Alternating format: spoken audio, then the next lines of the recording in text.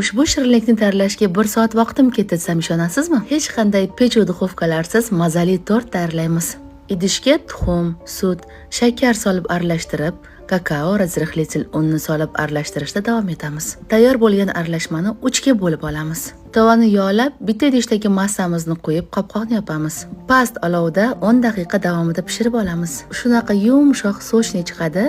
Qolip yordamida chetlarini kesib olamiz. Krem uchun qaymoq, tvorojniy sir, shakar upasini aralashtirib, qattiqni krem hosil qilib, eritilgan shokoladni solib yana mikserlashda davom etamiz. Endi shirinligimizni ketma-ketlikda terib olamiz. Biskvit, krem, biskvit, krem, biskvit. Qolgan krem bilan chetlari tepa qismini tekizlab olib, qaymoq hamda shokoladni eritib, ganashtarlab olamiz. Yuqori qismidan quyib tekizlab chiqamiz. Video olayotganda yuzimni qaranglar-da, voy buni mayinligini deb o'rgan ekanman. Ha, 1 soatda shunaqa mazali yumshoqqina tortimiz tayyor bo'ldi. Retsept yoqqan bo'lsa, Nodirangizni duo qilishni unutmang.